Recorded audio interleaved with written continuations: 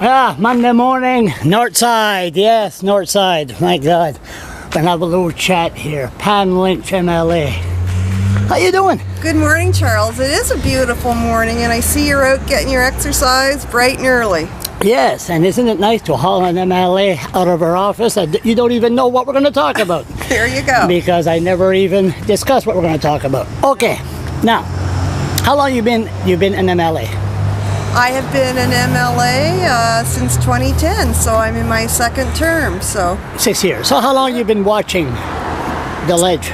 Every question day. period. How long has it been?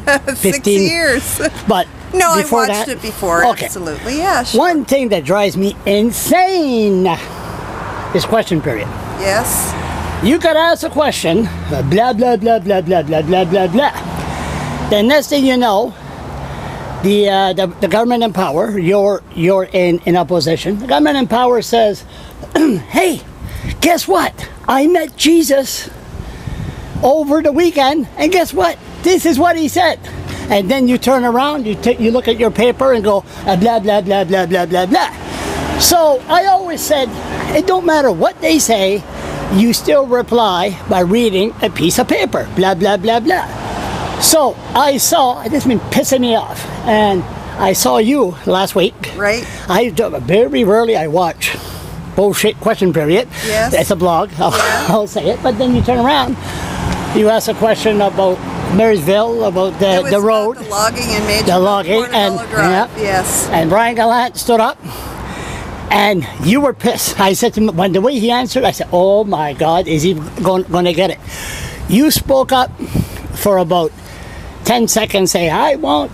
I fight for the people in my riding, blah, blah, blah." But well, he told me it was insulting for me to stand up. It was insulting to New Brunswickers when we have health care and education, and I know we have health care and education, but for him to stand up and tell me it was insulting for me to stand up for my right. But you answered back, yes, 10 seconds, yes. But you kept on reading the piece of paper, blah, blah, blah, blah, blah, blah. So what I'm saying is, how long this been going on? It don't matter what the other party says. They always got to reply in what's on that piece of paper. Now, that's all I got to say. Go ahead. Yeah, okay. Go ahead. So, you know, I guess that's been going on for, like you say, for forever, and it's just the way it's been done. But it was a tough day for me when he stood up and told me that I couldn't stand up and represent my riding on roads. So, but the problem here, Charles, is, you know, it was an overweight restriction, which they should never have upped the restriction because it's tearing my road apart. But the end result of that is it's going to cost taxpayers probably $300,000 at the most. And you know, I've been fighting. I can't get a chip seal. There's no money in the budget. Yeah. So, you know, so he stands up and says. Yeah, but what I'm saying is, how come the person, the MLA, asked a question? They should be familiar on what the issue is. Yeah. They wait. They ask a question. Now, do the government know the question in advance? No. They don't know. No. So if you ask a question, yes. How come you don't? Everybody. Everybody don't say, okay, let's look at the facts here. How come they got to read from a piece of paper that it doesn't matter what the government says, the reprisal is going to be written in the piece of paper? Do you understand? I understand what you're saying. I guess, you know, some people just want to be properly prepared, and when you get up, you want to ask the question so it makes sense, right? And you just want to make sure you get the question out properly, too.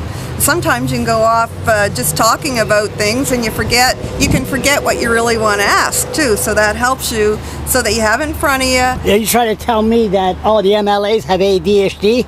Well, they get distracted because they hear some noise. And all that. Sure. Is that what? Is this what this is? Well, there are a lot of distractions in there. You know that. Yeah. Oh yes. Dan Bicia would be one of them. Don't answer that.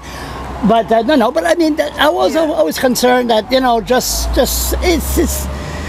It's just, but like you could have went on. You could have went on for 2 minutes on that issue. We only have a minute, though. A minute, but you spoke for 10 seconds. You told him politely that he's an asshole politely, and politically, and you could have kept on going on that. I told him it was insulting for him to stand up and tell me that that it was insulting to New Brunswick. But you could have kept on going on that issue, and said, but you well, just... really, what I wanted to know was if there was any political interference and who made that call up that weight restriction, which we'll never probably get an answer to. So.